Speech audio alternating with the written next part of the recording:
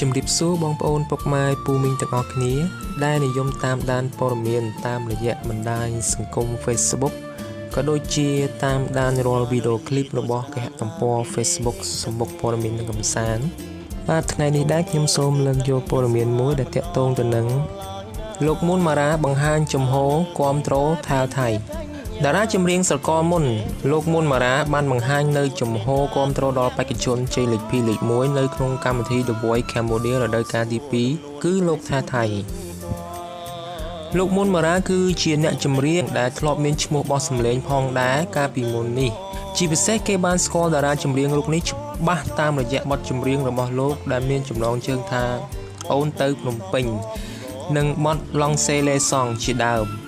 ហើយថ្មីនេះលោកបានបង្ហាញអំពីជំហរផ្ទាល់ខ្លួននៅក្នុង Facebook ដោយបានគាំទ្រម្ចាស់ជ័យលេខ 2 លេខ 1 The Voice Cambodia រដូវកាលទី 2 ដែលលោកបានសរសេរថា Support number 1 of The Voice Cambodia ថាវថៃបងខ្លួនឡើងឡំសំអើយសែនសំលើកដៃទន្ទាំត្រសងកែសីបេក្ខជនជ័យលេខ 2 ថាវថៃគឺជាអ្នកចម្រៀងថ្មីមួយរូបដែលត្រូវបានជ្រើសរើសចេញពីកម្មវិធី The Voice Cambodia រដូវកាលទី 2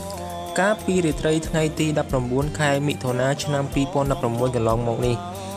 ថាថៃគឺជាកូនក្រុមរបស់ខូចអុកស្គុណកញ្ញាដែលបានប្រឹងប្រែងអភិវឌ្ឍសម្លេងរបស់ខ្លួនរហូតទទួលបាននូវជ័យជំនះដ៏ត្រចះត្រចង់បច្ចុប្បន្នតារាចម្រៀងថ្មីរូបនេះកំពុងតែធ្វើឲ្យមានការចាប់អារម្មណ៍បន្តិចម្ដងពីអ្នកគាំទ្ររបស់ខ្លួន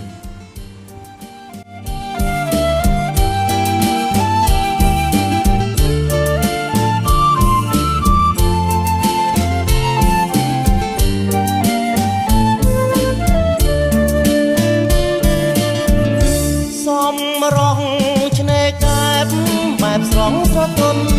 កែណលវត្តវល់អរគុណគប់ភ្នែកផ្លែក្នុងអារម្មណ៍ស្លៀកឈុតមួយទឹកដងខ្លួនឡើងក្លំសំអើយសែនសំលើកដៃទន្ទាំត្រសងកែសីងូតទឹកបណ្ដាលួចមើលនួនអងនឹកដកម្ដងបងចង់ប្រឡោមបំបីស្រងតូចច្រឡឹងដឹងទេពីស្អីបងស្រឡាញ់ស្រីបើអើយប្រណីញញឹមមួយមក